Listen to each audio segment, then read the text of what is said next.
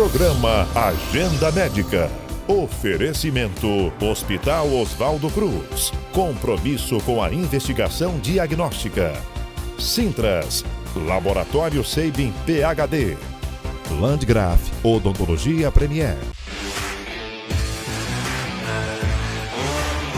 Faculdade Anhanguera, a gente acredita em você. Fone 3225-6789. Gastroclínica de Palmas, no Palmas Medical Center, 12º andar. Fone 3217-1770 ou 98111-2942. Bom dia! E junto com os mais renomados profissionais da área da saúde, eu chego nessa manhã de domingo aqui, direto da Bom Tempo, com o nosso programa Agenda Médica. Iremos hoje passear por diversos assuntos para que você tenha melhor qualidade de vida. Portanto, fique comigo e confira, a nossa consulta semanal começa agora.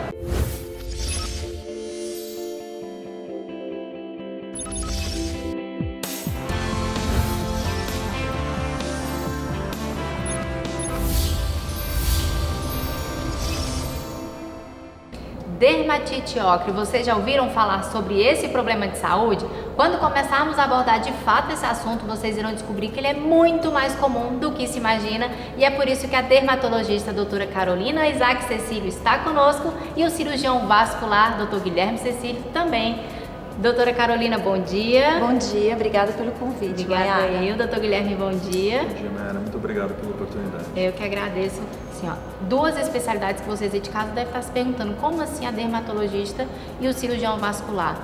Mas espera que vocês irão descobrir. Vamos começar contando para os nossos telespectadores o que é a dermatite ocre, doutora Carolina e doutor Guilherme.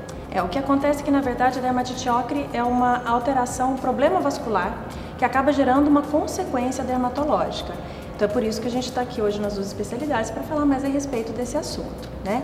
E a respeito de como começa a dermatite ocre, aí o Guilherme fala muito melhor do que eu, e depois eu vou falar como tratar essa consequência. Isso, a dermatite ocre, a gente muitas vezes chama de dermatite de stase, na verdade ela é um sinal que está no meio de uma evolução de uma doença que acomete grande parcela da população. Que é a insuficiência venosa crônica, as temidas varizes, que são aquelas veias muito grossas que as pessoas têm nas pernas. Então ela decorre de uma lentificação na velocidade de circulação de sangue nas veias, e a partir desse momento há uma inflamação dos vasos. E alguns componentes que estão dentro do sangue acabam extravasando do vaso e indo parar muito próximo da pele, o que vai acarretar um aumento da pigmentação. Começar a ter alguns pequenos pontinhos amarronzados na pele, que com o passar dos anos, isso tem que ficar muito claro, não é uma doença que acontece do dia para a noite, depende de anos e anos de evolução de uma doença não muito bem controlada, aí vai começar a ter essa tonalidade que é uma cor cobre na perna. Doutor Guilherme até fez uma observação antes de nós iniciarmos a entrevista, que muitas vezes, né, doutor Guilherme, procura primeiro a dermatologista justamente por essa pigmentação, por essa mudança de cor na pele, por essas pintinhas, para aí então procurar o cirurgião vascular e entender que os dois então andam juntos nisso, né? Geralmente o paciente procura já por causa da consequência e não por conta do processo inicial mesmo, né? E é interessante falar também que às vezes a dermatite ocre surge mesmo em paciente que não tem uma insuficiência vascular profunda. Então, né? Ela pode ser o primeiro sintoma que antecede em anos Sim. a apresentação de uma doença mais clássica. Então, qualquer situação que induz a uma estase, né, naquela região, no membro inferior, por exemplo, uma situação de calor extremo, uma posição, se o paciente caminhou por longos períodos, ou se ele ficou muito tempo de pé, ou se ele ficou muito tempo sentado, mesmo pacientes jovens, muitas vezes podem apresentar esse tipo de manifestação, mesmo sem ter uma alteração vascular importante, não é isso? Exatamente isso mesmo. E como que é diagnosticado a dermatite ocre? Clinicamente. O diagnóstico é clínico. O exame, quando a gente faz um exame daí vascular, é quando o paciente já tem alguma alteração vascular profunda. Eu ia acreditar então, no caso mais avançado, é isso, doutor Não, Guilherme? na verdade, todo paciente com essa alteração cutânea vai para a dermatologia, passa com a Carol, ela vai afastar outras hipóteses para aquela mancha, micose, alguma alteração cutânea mais leve. Não achou nada, vem para mim e aí a gente normalmente faz uma ultrassonografia desse paciente para ver se ele tem alguma manifestação de doença da circulação propriamente dita. Em relação ao tratamento, É os dois juntos também, o dermatologista e o cirurgião vascular tem que andar lado a lado aí na recuperação para esse paciente? O tratamento, na verdade, ele vai ser baseado em duas partes. A primeira é o tratamento de por que o paciente está com aquele problema. É varizes, é a circulação que está doente, é algum outro problema? Então a gente vai operar, vai fazer alguma coisa, usar remédio para circulação. Isso é o tratamento da causa, da origem. E depois, com o pessoal da dermatologia, vai ser tratado o componente estético da doença. Que é a consequência, que é a mancha. Mas não adianta tentar tratar só a consequência se ainda tem um problema que está induzindo o surgimento de novas lesões. É o que a gente fala que é chover no molhado, não vai resolver nada. Eu estou tentando tratar no local e está piorando no outro, está surgindo lesões novas e aí não adianta realmente. Tem uma idade que pode ser mais propício à dermatite ocre ou não, doutor Guilherme, doutora Carolina? Ela não escolhe idade? Apesar dela não escolher idade, virtualmente pode acontecer em qualquer idade, a gente vê a presença de doença de circulação conforme as pessoas vão envelhecendo. É mais comum a partir aí da quarta década de vida. A partir dos 40 anos a gente já vê com mais frequência. E quais as consequências? Acho que essa pergunta é a mais importante, essa não pode faltar. As consequências de uma dermatite ocre não tratada. O problema em si não é tratar a dermatite ocre, mas é a gente não tratar a doença que ocasionou a dermatite ocre. Então, como eu falei, ela é um ponto no meio de uma curva de evolução de uma doença. Então, não tratando aquela causa, a doença vai progredir. Da dermatite ocre, o paciente vai começar a ter como se fosse uma cicatriz na perna, e isso pode levar à formação de úlcera no futuro longo, e aí a gente tem um quadro muito mais sério em mãos para ser lidado. O problema é que a dermatite ocre em si, ela é só uma mancha. O paciente não apresenta sintoma, ele não apresenta dor, ele não apresenta... Então, muitas vezes, por isso que ele procura o dermatologista, muitas vezes para tratar esteticamente, porque aquilo só incomoda ele esteticamente. Então, muitas vezes, se é um homem que não incomoda muito com aquilo, ele não vai procurar. E ele não imagina que aquilo, de repente, pode acarretar no futuro um quadro mais grave, né? Então, a dermatite ocre em si é só a mancha, mas aquilo pode ser uma alteração inicial de um problema vascular muito mais grave no futuro, né? Por isso que é muito importante cuidar desde o início, fechar o diagnóstico, se tiver alguma alteração vascular, cuidar desde o início e não só cuidar da parte estética. Perfeito. Doutor Guilherme, você fez uma outra observação quando nós estávamos ali conversando antes de iniciarmos a conversa, em relação ao aspecto que fica, vou usar a parte da canela, da panturrilha como exemplo, que vai afinando, vai ficando mais fina.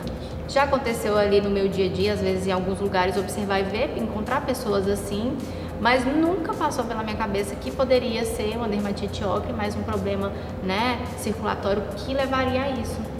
Progressão da doença, o paciente faz essa fibrose, essa cicatriz na perna que eu falei, e o aspecto é como se fosse um funil. A perna vem grossinha e de repente ela afina muito, e é nesse local onde a úlcera vai ter uma predisposição maior a aparecer, e é algo limitante para a vida do paciente, tanto do ponto de vista estético, a pessoa fica com vergonha de colocar um short, uma roupa um pouquinho mais curta, de ir à praia, até o momento que ela vai ter a úlcera e limita a vida mesmo, ela não consegue fazer mais suas atividades como faziam antes. E feito o tratamento, doutora Carolina e doutor Guilherme, tem cura? Volta, não volta? Estabiliza? Como que funciona? Então, a respeito do tratamento, é muito difícil tratar a dermatite ocre, porque o pigmento dela não é o pigmento de melanina, é o pigmento de hemosiderina, é o pigmento do sangue. E uma coisa é a gente usar os clareadores que clareiam a melanina, que é difícil, não é? Mas a gente alcança, a gente tem excelentes resultados. Para a dermatite ocre, por se tratar de um pigmento vascular, por se tratar da hemosiderina, que é o pigmento do sangue, geralmente ele não apresenta os mesmos resultados quando a gente usa os clareadores para a mancha da pele, como melasma, enfim. Então, na verdade, o tratamento da mancha da dermatite ocre é muito mais difícil. Por isso que é muito importante começar a tratar logo no início. E aí, claro, faz parte do tratamento estético da mancha, a proteção solar e medicações muito específicas para aquele tipo de mancha. Então, não é a mesma coisa de usar aquele mesmo clareador que usa para outro tipo de mancha solar. E tem a possibilidade de associar laser, de associar peeling. Na verdade, geralmente a gente precisa de associar procedimentos para tratar esse tipo de dermatite, porque daí o resultado é muito melhor. Só com a medicação é muito difícil, Por isso que a gente insiste muito em falar a respeito do assunto, para as pessoas conhecerem, saber que aquilo pode tratar de uma doença e que, se tratado no início, mesmo que seja para alcançar um resultado estético, o resultado é muito melhor. Isso mesmo. Lembrando que tratar a causa base. Se o problema é varizes, se o problema é má circulação, não adianta a gente só tratar a pigmentação da pele. Tem que tratar a origem do problema para que depois a pele fique quase como nova. Né? Eu acho que essa então é a melhor dica, né? Buscar o tratamento o quanto antes para aí sim ter um resultado melhor, devolver qualidade de vida, o aspecto também, né, que como o Dr. Guilherme deixou aí bem claro, às vezes não fica à vontade em expor alguma parte do corpo, como exemplo a perna ali, fica constrangido. Então, doutora Carolina, muito obrigada, fiquei feliz que voltou para trazer um tema tão comum como esse, a gente poucas vezes abordou ele, quero já os dois na rádio também para a gente falar sobre isso. Doutor Guilherme, foi um prazer também, espero que seja a primeira de muitas aqui com a gente, viu? Será, foi um prazer, muito obrigado pela oportunidade. Obrigada. Obrigada, Maiara, bom dia, obrigada. E agora vamos para as nossas dicas de saúde, não sai daí não, que eu volto já. Minha dica de saúde é: procure se policiar, procure fazer o autoexame da pele. É muito importante observar qualquer alteração cutânea, qualquer lesão antiga que tenha se modificado ou qualquer lesão que tenha surgido. É muito importante procurar o dermatologista imediatamente. Pode se tratar de uma lesão benigna ou pode se tratar de um início de um câncer de pele. Procure o quanto antes o seu dermatologista. Dê um up na sua carreira com a JCS, que traz a Palmas pós-graduação em Direito Médico. Conte com professores renomados nacionalmente durante todo o curso. Aulas 100% presenciais e apenas um final de semana por mês. A especialização do momento da melhor forma possível. Aprimore seus conhecimentos em Direito Médico e transforme sua carreira. Pós-graduação é JCS. Matricule-se já 63 3215 9023 ou 984 25 9023. A sua saúde é muito valiosa e, por isso, merece ser cuidada por quem entende do assunto. O Laboratório Sabin PhD é um laboratório de confiança que garante agilidade e precisão nos seus exames e um atendimento mais que diferenciado. Aqui, os investimentos em tecnologia são prioridade, sempre buscando oferecer a você o que há de melhor. São mais de 3.000 exames disponíveis e um rigoroso controle de qualidade. Estamos de braços abertos para te receber. Laboratório Sabin PhD. Sua vida merece nossa dedicação. Faculdade Anhanguera, a gente acredita em você. Fone 3225-6789. O Hospital Oswaldo Cruz comunica que está com especialista em urologia avançada no pronto atendimento de segunda a sexta, das 7 às 19 horas. Realizando exames para homens e mulheres, com equipamento moderno, diagnóstico preciso, rápido e seguro. Hospital Oswaldo Cruz. Compromisso com a investigação diagnóstica.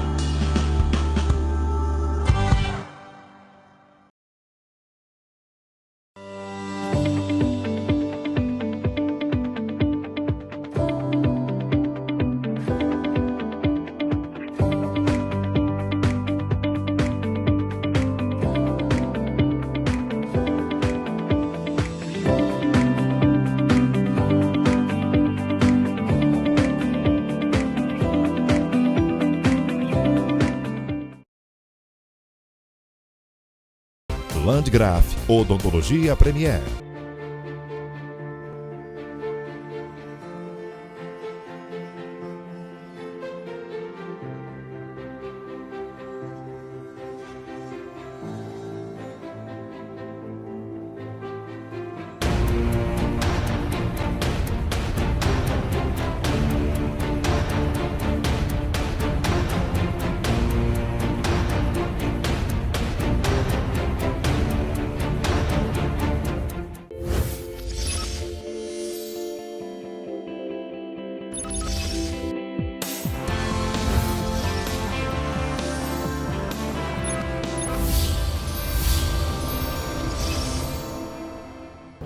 Estamos de volta e um casal parceiro que está sempre unido, principalmente no tratamento contra a obesidade.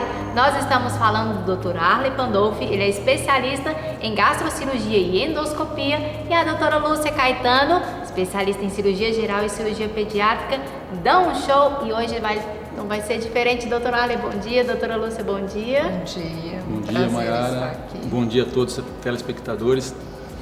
Ó, já comecei falando, eu preciso saber um pouquinho dessa história. É isso mesmo, 20 anos juntos, sendo parceiros nas cirurgias, no dia a dia, nos cursos, na busca e na vontade de ver sim a nossa população livre da obesidade, é isso mesmo? Exatamente. Há mais de 20 anos já, Mayara. Nós operamos, há mais de 20 anos, todas as cirurgias pediátricas da doutora Lúcia. Eu sou cirurgião auxiliar, todas as cirurgias do aparelho digestivo, videolaparoscopias, cirurgias videoendoscópicas, os tratamentos de obesidade, a doutora Lúcia é a minha auxiliar. Então é uma parceria que funciona há mais de 20 anos, graças a Deus. Coisa boa. Só sucesso, né, doutora Lúcia? Com certeza, Mayara. Eu falo com os pacientes, eles têm o privilégio de serem operados e assistidos a 4 mãos. Isso é verdade. E ó, preciso bater nessa tecla e vou começar até a fazer disso um bordão meu, que a cirurgia bariátrica é sinônimo de conforto. A gente precisa falar desse tratamento da obesidade, fazendo muito conforto para a população. A gente já tem toda a estrutura aqui em Palmas, né, doutora Arley? Você com mais propriedade pode falar para os nossos telespectadores.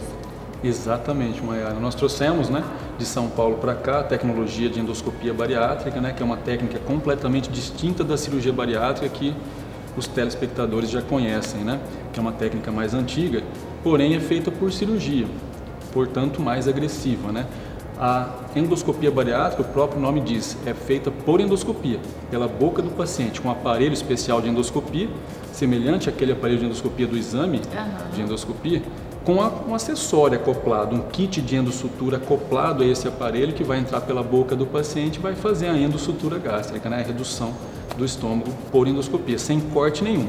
Então não é cirurgia, é endoscopia totalmente, minimamente invasivo, muito menos agressivo para o paciente. Essa palavrinha também é chave, né, doutora Arley? Agressiva, porque, como você falou, a cirurgia bariátrica que lá atrás acontecia, que existe alguns casos que a doutora Lúcia ressaltou uma vez em uma entrevista nossa, que ainda acontece, mas a endoscopia bariátrica foge de tudo isso, né, doutora Arley? Exatamente.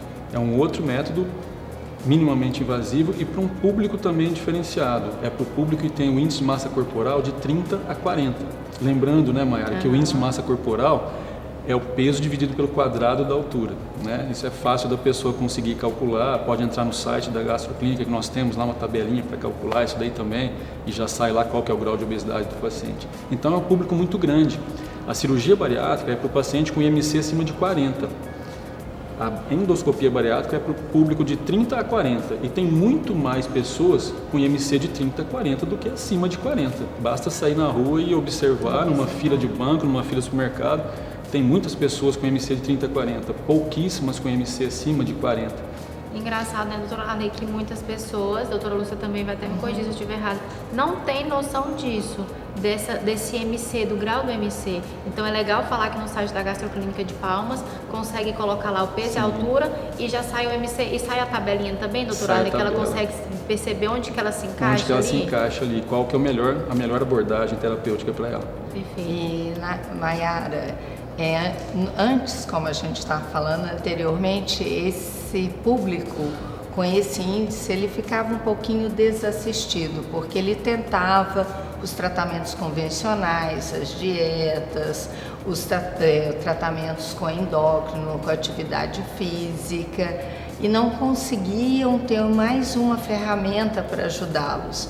Ou eles teriam que engordar para chegar no índice para bariátrica. Hoje em dia, não. Não tem isso. Essa faixa de pacientes tem uma opção a mais, uma escolha a mais. Isso faz a diferença. Coisa boa. E é importante falar que tratar a obesidade lá do comecinho é a solução, é a resposta para um adulto mais saudável, não é isso? Com certeza. Eu falo que temos que ensinar nossas crianças a fazerem boas escolhas, a terem uma atividade física, preocupar com a alimentação para eles não se tornarem os adolescentes obesos e o adulto obeso que vai, infelizmente, precisar de mais ajuda, de mais suporte, de mais apoio. Nossas escolhas começam lá atrás e nossas crianças precisam da ajuda dos pais. Se torna um reflexo dos pais, é isso, né, doutora Lúcia? Exatamente, eu já brinquei, falei uma vez, falei que não ia falar, repetir novamente, que você se depara com situações que até o cachorrinho, o gato, o animal de estimação da família é gordinho. Então tem que cuidar. O famoso balão, esse é famoso também, né? Também. Conta um pouquinho pra gente, doutora Arley, do balão. Então, o balão intragástrico, a gente trabalha com isso há praticamente 20 anos e é um método muito bom, com resultado muito satisfatório para os pacientes. Qual que é a diferença do balão intragástrico para endoscopia bariátrica, para gastroplastia endoscópica, que é a redução de estômago por endoscopia? Ambos são métodos endoscópicos, realizados por endoscopia. O balão é um método temporário, é uma endoscopia para colocar o balão e uma endoscopia para retirar o balão. Então, quando retira o balão, o paciente ele vai ter que continuar com a reeducação alimentar, muitas vezes com uma psicoterapia comportamental para abordar a compulsão alimentar, para ele conseguir manter o foco e conseguir manter a perda de peso dele a médio e longo prazo. A redução de estômago por endoscopia, que é a gastroplastia endoscópica, é um método permanente. Também é feito por endoscopia, mas é permanente, não é retirado. Né? Essa endossutura ela é realizada e ela fica. Então o paciente ele vai ter mais tempo para ele se adaptar a essa perda de peso e vai ter um resultado mais a médio e longo prazo também. Doutora Lúcia e doutora Arley, quero convidá-los a continuar conosco. Nós vamos para um rápido intervalo e já a gente volta. A minha dica de saúde é para que você, durante a sua jornada de trabalho, principalmente para pessoas que ficam muito tempo sentadas na mesma posição ou que ficam em pé sem se movimentar, procure dar uma caminhadinha. Tire 5 minutos, ande, vá até o banheiro, tome um pouco de água. Isso torna a sua circulação nas pernas muito mais eficiente, o que pode ajudar em muito a prevenção de doenças que venham a aparecer no futuro. Landgraf, Odontologia Premier. O Hospital Oswaldo Cruz comunica que está com especialista em urologia avançada no pronto atendimento de segunda a sexta, das 7 às 19 horas. Realizando exames para homens e mulheres, com equipamento moderno, diagnóstico preciso, rápido e seguro. Hospital Oswaldo Cruz. Compromisso com a investigação diagnóstica.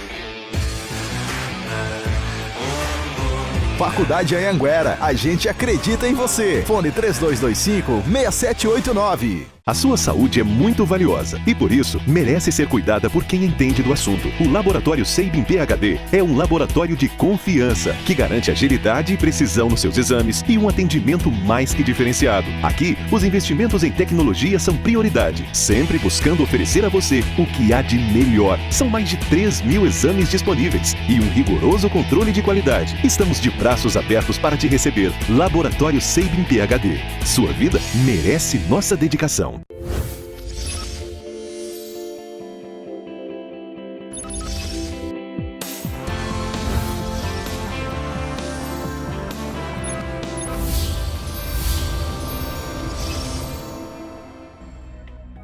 Estamos de volta e dando continuidade ao nosso bate-papo do bloco anterior. Continuamos com a doutora Arley Pandolfi, que é especialista em gastrocirurgia e endoscopia, e a doutora Lúcia Caetano, especialista em cirurgia geral e cirurgia pediátrica.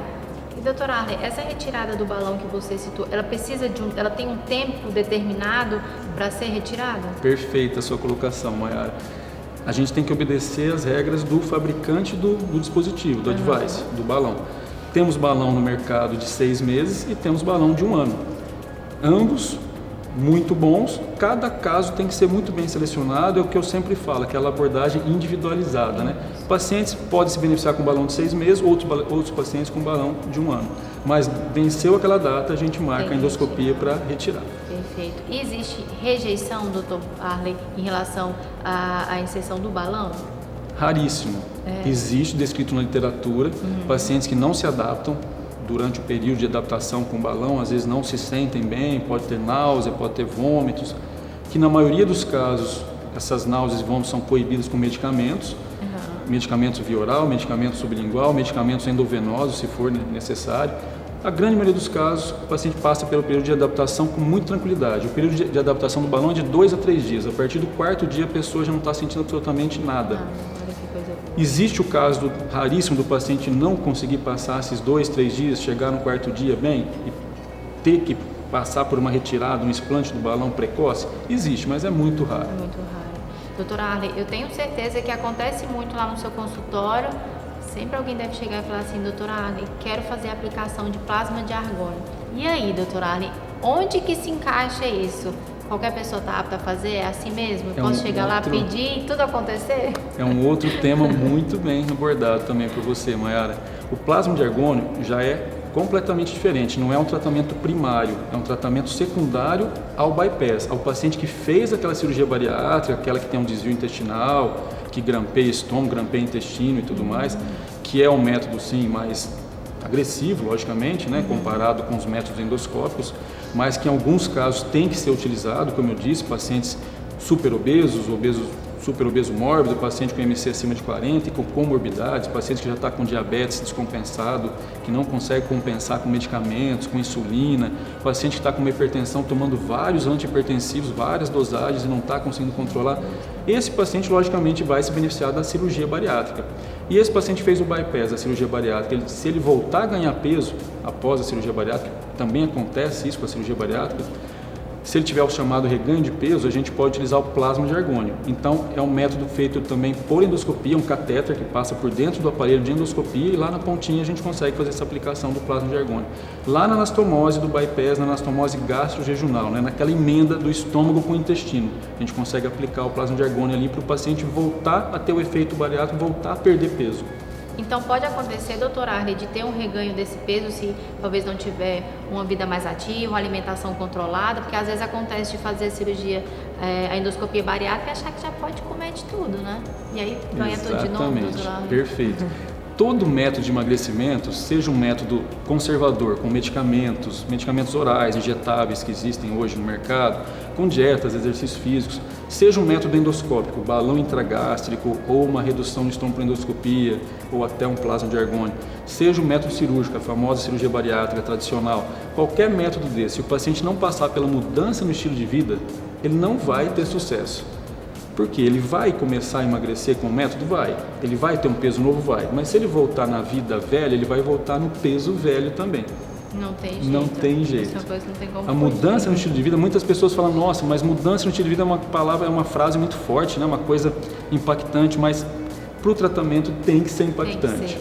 Tem que ter, né? O paciente tem que ter a consciência, Mayara, que ele tem que querer emagrecer, ele não pode ser emagrecido. Então tem que partir dele em primeiro lugar. E toda essa mudança vai envolver uma equipe grande de profissionais, não só quem está executando o procedimento endoscópico, cirúrgico, né, que ainda confundem, como também o nutricionista, o personal, o psicólogo para dar esse suporte. Algumas pessoas precisam dessa ajuda com maior intensidade, outras menos, mas todas elas deverão passar por essa abordagem.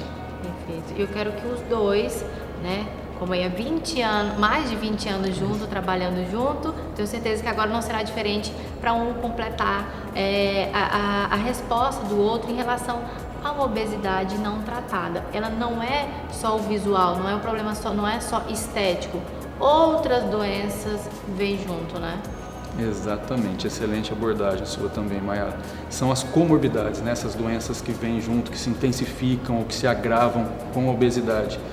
Quais são as comorbidades mais comuns, né? Hipertensão, diabetes, o risco cardiovascular aumentado, o risco de infarto, de AVC, que é o famoso derrame, risco de esteatose hepática, síndrome metabólica, a dislipidemia, que é o colesterol, triglicéridos alterados também, várias doenças associadas, doenças articulares devido à sobrecarga nas articulações, quadril, joelho, tornozelo, vai por aí afora, e vários tipos de câncer também, né? Câncer de esôfago, estômago, intestino, vesícula, fígado, pâncreas, vários tipos de câncer, o risco é aumentado para o paciente que está acima do peso. Para as crianças e adolescentes, o alerta fica o mesmo também, né, doutora Lúcia? Claro, preocupar com esse ganho de peso, ter o segmento, abordagem na criança tem que ser multifatorial, não pode ser isolada. E lógico, o melhor seria a prevenção, né? Mas se caso ocorra, nós temos a opção para esse paciente, como eu havia dito anteriormente. Imagina um adolescente, um adulto jovem fazendo uma cirurgia invasiva que tem sequelas para a vida inteira. Se ele tem a opção de um outro procedimento menos invasivo, por que não tentar? Isso é verdade. Queridos, quero muito agradecê-los por estar conosco mais uma vez. Eu acho que levar informação é uma das melhores formas de também levar qualidade de vida. Muito obrigada por estarem conosco. E eu que agradeço, nós que agradecemos a oportunidade de levar informação ao público do Tocantins. Obrigado. Obrigada mais uma vez. E agora vamos para as nossas dicas de saúde. Não sai daí não, eu volto já já. A dica que eu deixo para vocês hoje de saúde bucal é sobre bruxismo, que é aquele ato de ranger os dentes, ou de apertamento dental. Nós sabemos que o fator fundamental para que se tenha o bruxismo, apertamento, é a ansiedade e é o fator emocional, o estresse do dia a dia. Então não deixe de praticar a sua atividade física, de ter os seus horários de sono controlado, de ter suas técnicas de meditação ou oração. Cuide da sua saúde mental, que você vai resolver a questão do seu bruxismo. Landgraf, Odontologia Premier. O Hospital Oswaldo Cruz comunica que está com especialista em urologia avançada no pronto atendimento de segunda a sexta, das 7 às 19 horas. Realizando exames para homens e mulheres, com equipamento moderno, diagnóstico preciso, rápido e seguro. Hospital Oswaldo Cruz. Compromisso com a investigação diagnóstica.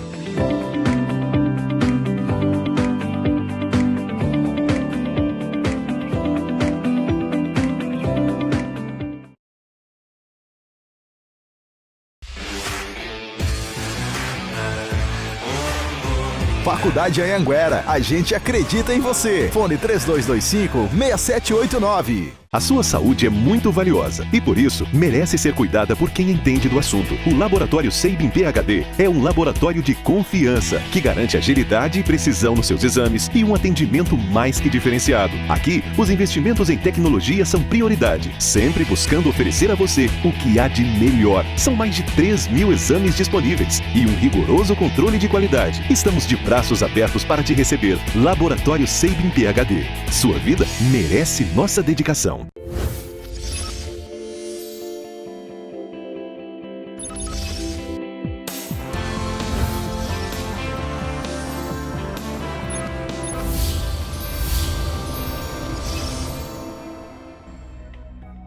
Estamos de volta e nós iremos falar sobre hematúria. Para ficar mais fácil o entendimento, perda de sangue na urina. Você sabe o que é isso e por que isso acontece? Quem está conosco é o Dr. Pedro Henrique, urologista. Dr. Pedro, bom dia. Bom dia, Mayara. Bom dia, pessoal que está nos assistindo. É sempre uma honra estar aqui com vocês. Obrigada eu. Dr. Pedro, o que é essa palavrinha diferente que eu acredito que muita gente não ouviu?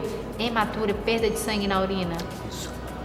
A hematúria é uma palavra que a gente utiliza para poder caracterizar um sintoma, né, médico que acontece quando existe a perda de sangue na urina. No processo normal de fabricação da nossa urina, não existe passagem de sangue através dos glomérulos, né, que são as células por onde acontece esse processo, e nem em nenhum ponto do trajeto. Porém, qualquer lesão, seja no interior dos rins ou no canal urinário, na bexiga, nos homens na próstata, né, ou mesmo na uretra, no final, qualquer lesão, né, no trajeto por onde a urina passa, pode fazer com que as células de sangue passem para o interior da bexiga, da urina, sendo identificadas. E doutor Pedro, é possível uma pessoa perder sangue pela urina e não perceber? Tem como isso? Então, pode.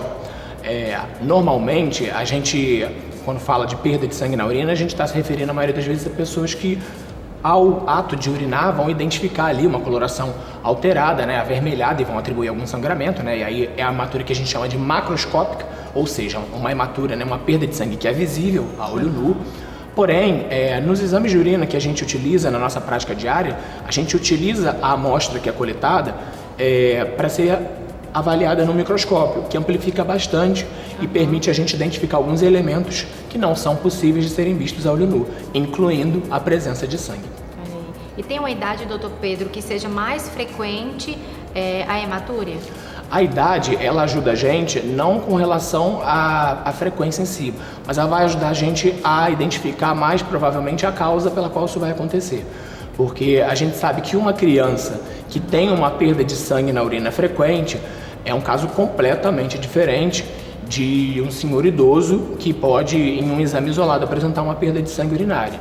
Então, a idade ajuda a gente a identificar grupos de doenças específicas e que vão facilitar a avaliação médica também. E doutor Pedro, às vezes, em algumas situações, a urina sai um pouquinho mais avermelhada. É verdade que isso pode ser um sinal de que a pessoa está perdendo sangue? Isso é uma coisa curiosa até você te falar. Inclusive aqui no nosso estado, né, em que a gente nessa época, agora agosto, né, na estação seca, começa a beber menos água, vai ficando quente. E aí a urina pode ficar um pouco mais concentrada. Às vezes a pessoa, de uma forma desavisada, vai olhar aquela coloração diferente da urina e pode atribuir aquilo a algum sangramento, coisa que não necessariamente é verdade. Existem uma série de outros fatores que podem causar uma modificação na coloração da urina, seja presença de corantes alimentares, então, às vezes, sucos, né, com quantidade alta de corantes, alguns alimentos, como a beterraba também, né, que às vezes a pessoa que come muita beterraba pode ficar com a urina mais avermelhada, mais concentrada, né.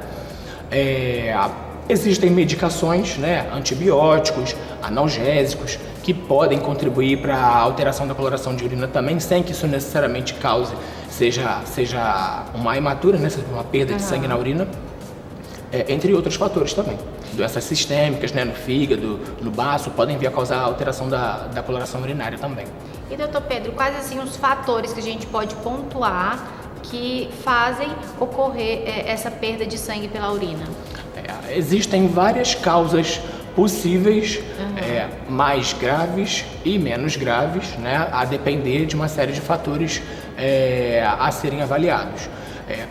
Uma pessoa que se apresenta com perda de sangue na urina pra gente, né, pode ter uma série de doenças, inclusive pode não ter nada. A gente sabe que na população que se apresenta pra gente com perda de sangue na urina, entre 20% a 40%, dependendo da população que a gente investiga, é constituída de pessoas normais. Ou seja, pessoas que a gente vai investigar, vai fazer uma série de exames e não vai descobrir doença nenhuma. Então, pessoas normais podem apresentar perda de sangue na urina, mulheres com infecção de urina, proliferação de bactérias, né, no interior da bexiga que podem causar lesões, né, pode causar algum sangramento ali no local e que vai causar muita dor associada, né, é uma causa possível de perda de sangue na urina. né?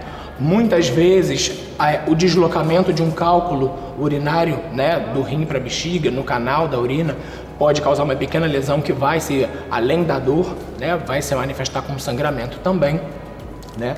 Em populações já um pouco mais, de faixa etária um pouco mais acima, a hiperplasia de próstata, né, o homem que tem a próstata aumentada, além de apresentar uma dificuldade para urinar, ele pode vir a apresentar sangramento também. Então é uma causa bastante frequente no nosso meio também, né? E aí já tem as outras causas que já são mais específicas, né? Causas mais técnicas que já seriam referenciadas às doenças malignas do trato urinário, né? Seja no rim, na bexiga, que podem vir a se manifestar com sangramento também. E tem alguma situação, doutor Pedro, em que essa perda de sangue ela pode se tornar preocupante? Eu acho que esse é o ponto mais importante da nossa conversa. É muito diferente, como a gente falou anteriormente, né? Uma pessoa que apresenta um sangramento que é visualizado num exame de rotina, né? Que a gente traz um exame, observa e depois vai investigar e não tem nada, do que uma pessoa que apresenta um sangramento visível na urina. Toda pessoa que tenha um sangramento visível a olho nu, ela deve dar uma atenção especial a esse sintoma, tá? Um sangramento na urina que seja visível a olho nu é uma coisa que a gente, a maioria das vezes, vai requerer algum tipo de investigação mais apropriada. E existe uma associação especial nas pessoas que têm histórico familiar de doenças malignas, né, de câncer do trato urinário e também, principalmente, em pessoas que têm histórico de tabagismo. Eu costumo dizer que o cigarro ele é tão ou mais nocivo para a nossa bexiga do que para os nossos pulmões. Porque o rim é o local onde as toxinas que são maléficas para o nosso organismo vão ser eliminadas, né? Então todas essas toxinas passam em contato com a mucosa, que é aquele tecido que vai promover o revestimento do nosso trato urinário. E aonde é o local onde a urina fica estocada, né? Fica armazenada e onde essas toxinas vão ter mais tempo contato com a mucosa, é justamente na bexiga. Então a gente sabe que o câncer de bexiga tem uma associação muito frequente com o tabagismo, e isso pode se manifestar como sangramento na urina. Então isso é uma coisa muito especial da gente pontuar aqui. Muitas vezes a pessoa apresenta um sangramento isolado na urina, não dá atenção para aquilo, né? E aí segue a vida normal. Nesse momento a gente pode estar tendo uma pista do organismo de que uma coisa muito séria está acontecendo. E se não for feita a investigação nesse momento, a gente pode perder a chance de executar um diagnóstico precoce de uma doença maligna. Olha aí. Então, atenção especial. Sangramento na urina, né? A faixa etária, antigamente a gente considerava acima de 50 anos. Hoje em dia a gente está um pouco mais frequente nessa avaliação. Acima de 40 anos a gente considera. E quem tem histórico de tabagismo, a gente já é um pouquinho mais efetivo na investigação. E tem tratamento, doutor Pedro? Tem cura? Como a gente costuma dizer, como a gente falou anteriormente, né, a perda de sangue na urina tem uma série de causas possíveis e o tratamento vai incluir a remoção dessa causa, né? Quanto antes a gente procurar investigar isso daí, mais fácil é a gente dar o tratamento adequado. Doutor Pedro, mais uma vez, muito obrigada por estar conosco, acrescentando, trazendo sempre muitas informações, que é muito frequente e acredito que boa parte da nossa população, infelizmente, não tem acesso a isso. Então, muito obrigada por estar agregando, acrescentando em nosso programa Agenda Médica. Obrigado, é uma honra estar aqui com vocês. Obrigada. E agora vamos para as nossas dicas de saúde. Não sai daí não, que no próximo bloco eu volto com o nosso quadro Saúde Bucal. Até já! Minha dica de saúde é para você, tocantinense, que está entrando agora, né, nessa estação seca. A gente sabe como é que funciona aqui agora, né? Muito quente, tem período muito seco, e aí é importante beber bastante água, né? Você que vai ao banheiro, vê que a sua urina está escurecida, né? Se você for ao banheiro, vê que a urina está mais escura do que o normal, é porque provavelmente você não está bebendo água o suficiente. Então minha dica de saúde é água, pessoal. Vamos lembrar de beber bastante água. O Hospital Oswaldo Cruz comunica que está com especialista em urologia avançada no pronto atendimento de segunda a sexta, das 7 às 19 horas. Realizando exames para homens e mulheres, com equipamento moderno, diagnóstico preciso, rápido e seguro. Hospital Oswaldo Cruz. Compromisso com a investigação diagnóstica.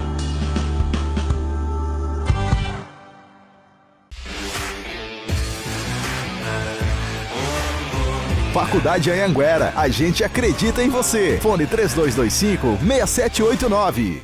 Landgraf, Odontologia Premier. A sua saúde é muito valiosa e, por isso, merece ser cuidada por quem entende do assunto. O Laboratório Sabin PhD é um laboratório de confiança que garante agilidade e precisão nos seus exames e um atendimento mais que diferenciado. Aqui, os investimentos em tecnologia são prioridade, sempre buscando oferecer a você o que há de melhor. São mais de 3.000 exames disponíveis e um rigoroso controle de qualidade. Estamos de braços abertos para te receber. Laboratório Sabin PhD. Sua vida merece nossa dedicação.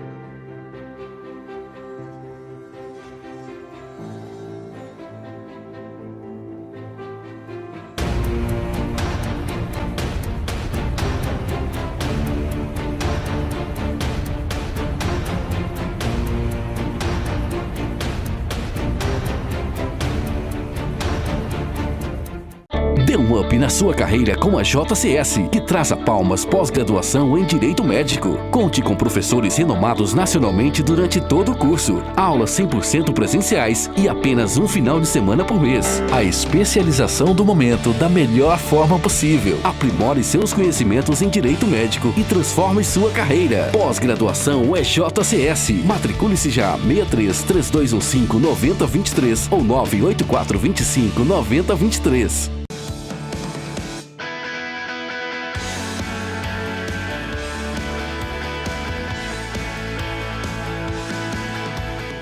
Estamos de volta e agora com o nosso quadro Saúde Bucal. Nós iremos falar com o Dr. Marcos Landgraf. Ele é cirurgião dentista e responsável pela Landgraf Odontologia Premier.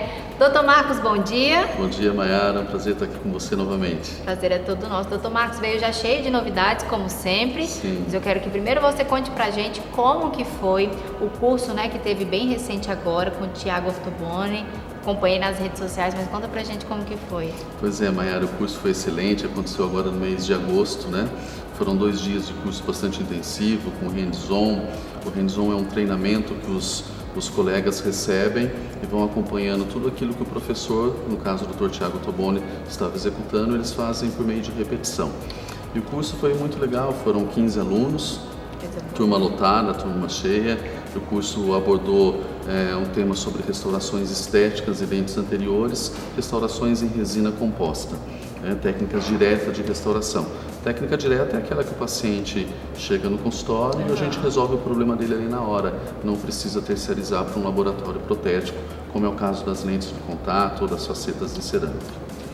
E tem mini residência que já está chegando, né, doutor Marcos? Conta também essa novidade. Quem ainda não fez questão, ainda pode, doutor Marcos? Já está em tempo? Pode, lógico que está em tempo.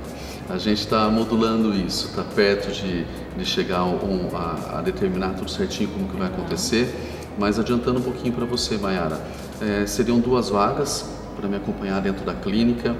As pessoas, o colega que tiver interesse pode enviar o currículo para a gente. Eu vou deixar depois o contato da clínica para que eles possam enviar o currículo, o interesse.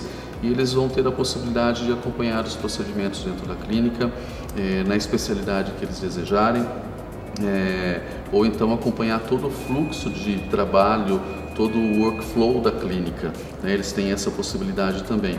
E eles escolhem o tempo de permanência que eles querem ficar nessa mini residência, né? O tempo que eles querem acompanhar no meu caso, acompanhar a minha pessoa ou qualquer outro profissional dentro da clínica. E tem que ser cirurgiões dentistas já formados, estudantes não, né, doutor Marcos? Preferencialmente cirurgião dentista. O formando, o que acontece, Mayara? Pela grade curricular da universidade, ele não vai ter essa disponibilidade de tempo de acompanhar. A grade vai ficar muito quebrada para ele não vai ter uma continuidade, ou seja, pode ser que ele veja um procedimento, mas não acompanhe até o fim, porque muitas vezes o procedimento não é realizado apenas de uma única sessão. Mas esses cursos, doutor Marcos, que você vem trazendo sempre no decorrer do ano, os formandos podem fazer, pode? Lógico que pode. Inclusive, nessa turma agora com o Dr. Tiago Toboni, que esteve agora em agosto, tinham alunos que eram ainda graduandos, estão ainda na universidade. Perfeito. Ano que vem tem curso também, doutor Marcos? Tem. Conta aí, que esse eu achei o máximo. Eu sempre falo que eu trago o doutor Marcos aqui, ele sempre vem cheio de novidade com curso, porque não é brincadeira, é assim, é encerrando um e já pensando no próximo. Pois é, o ano que vem tem sim, Mayara. Está previsto para a gente começar em março um curso de reabilitação oral, que vai ter todo o fluxo analógico. O que é o fluxo analógico? É aquele fluxo que nós vemos rotineiramente acontecer nos consultórios de odontologia, que é moldar o paciente com aquelas moldeiras, mas vamos ter nesse curso o fluxo digital, onde nós vamos usar o escaneamento intraoral, escaneamento facial, preparos em dentes por meio de laser de Erbium, enfim, várias novidades vão estar acontecendo. É um curso modular que vai acontecer durante 10 meses com atendimento a pacientes, sempre em dupla. São 8 vagas, ou seja, são 4 duplas que vão estar atendendo o paciente durante esses 10 meses de curso. Ou seja, vão pegar um caso do início ao fim e vão resolver, desde o planejamento, nesse caso, a execução e a entrega, a finalização do caso propriamente dito. Perfeito. Olha, vou adiantar que nós estamos preparando um material muito bacana, mas como o Dr. Marcos trouxe já novidades em equipamentos, eu queria que você brevemente, Dr. Marcos, contasse sobre o escaneamento facial em 3D, que já tem na Landgraf Odontologia Premier, é isso? Isso. Chegou esses dias, né, Mayara? Você foi até lá conhecer. Fui a primeira, tive essa honra. Isso, você foi conhecer o escaneamento facial. E o que consiste? É um equipamento que vai tirar uma série de fotografias da face do paciente e vai transformar naquela face em 3D. Então a gente consegue movimentar a face do paciente. Isso é muito interessante no sentido de planejamento, né? Então a gente usa esse escaneamento facial para que a gente possa planejar e simular os resultados de uma reabilitação oral ou funcional ou mesmo uma reabilitação estética por meio de lente de contato. Né? Já vem coisa boa, né, doutor Marcos? Sem a gente está dúvida, preparando algo muito legal. Doutor Marcos, muito obrigada por estar conosco. Sempre um prazer, é uma honra entrevistá-lo pelo nosso programa Agenda Médica. Muito obrigada. Obrigado a você, Mayara, pelo convite. Eu fico muito grato e conte sempre comigo. Quando precisar, a gente está por aqui. Perfeito. Obrigada. E o nosso programa Agenda Médica vai ficando por aqui. Eu quero agradecer a todos os profissionais que, mais uma vez, fizeram acontecer a nossa consulta semanal e também ao Marcos e a Bom Tempo por permitir que, mais uma vez, no cenário lindo, tudo isso aconteça. E se você que está em casa perdeu algum dos nossos programas, é só acessar o nosso canal no YouTube, que lá tem tudo. E eu te espero no próximo sábado, a partir de meio-dia, na Jovem FM 104,7, com o nosso programa Agenda Médica. E, é claro, todo domingo, aqui no SBT, a partir das 10. Até lá!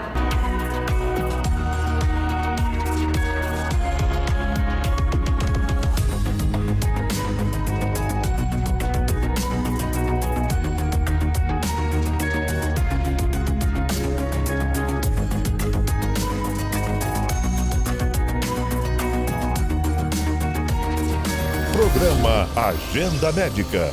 Oferecimento Hospital Oswaldo Cruz. Compromisso com a investigação diagnóstica. Sintras, Sindicato dos Trabalhadores em Saúde do Estado do Tocantins. Laboratório Sabin PhD. Tecnologia e modernidade perto de você. Landgraf Odontologia Premier. Faculdade Anhanguera, a gente acredita em você. Fone 3225-6789. Gastroclínica de Palmas, no Palmas Medical Center, 12º andar. Fone 3217-1770 ou 98111-2942.